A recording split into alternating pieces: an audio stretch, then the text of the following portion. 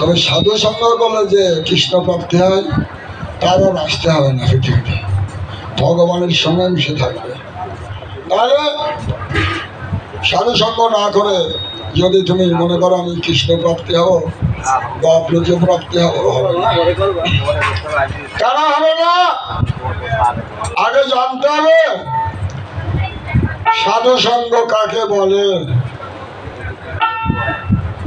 সাধু সঙ্গ না জানলে হবে না, জানতে হবে। তা আমি বলেছিলাম সাধুদের কাছে যে সাধুরা বারবার বলে কি জানো, যে 5টা বাণ আছে পুরুষের, মদন মাদন শোষণ স্তম্ভন মোহন, 5খানা বাণ আছে। এইবার সাধুর কাছে তো বাণ আছে 5খানা, তা নাহলে যুদ্ধ হবে না। সেই 5খানা বাণের নাম কি, আর সেই বাণ দিয়ে কি করে? যেরকম পুরুষের কাছে 5খানা বাণ আছে, মেয়েদের কাছেও 5খানা বাণ আছে। এই বাণের খবর যদি না জানে তার সাধু সঙ্গটা নড়বড়ে হয়ে যাবে, শক্তভীত হবে না। তাহলে তোমার সেটা জানতে হবে আগে মেয়েদের 5খানা বাণ আছে, সেই বাণের 5টা যদি তুমি নাম জানো বা দাঁড় করণ জানো তাহলে তোমার সাধু সঙ্গ হবে। আর ব্যাপারটা কি জানার তো দরকার কি, আমরা সাদা একটা কাপড় পরেছি, ডোর কপি নিয়েছি, গলায় একটা কাপড় আছে। আচ্ছা গলার কাপড়টা কি জন্য দিয়ে রাখে গো সাধুরা? কি দরকার একটা কাপড় গলায় দিয়ে তোলা হবে সবসময়?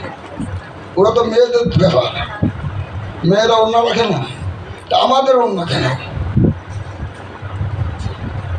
ওসব খোঁজ নেয় না।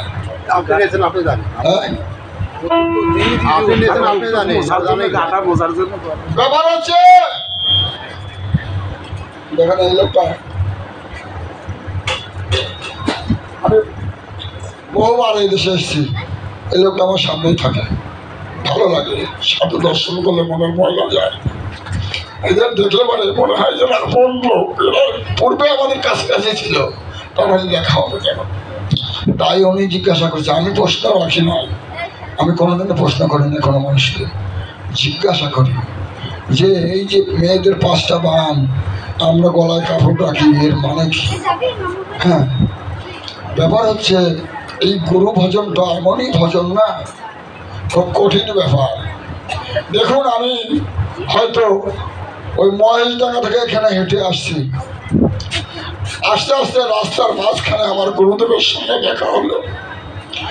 এখন গুরুদেবের সঙ্গে যখন দেখা হলো, আমার গুরুদেবের আসনটা কোথা থেকে দেবো? আমার তো কাছে নাই। আমার এই অন্যটা খুলে নি আসন করে আমি আমার গুরুদেবের সেখানে বসিয়ে ভক্তি প্রভাব সারব। জয় জয় নিতাই গৌর। তাহলে এটা সেই জন্য বহিনী বলা হয়।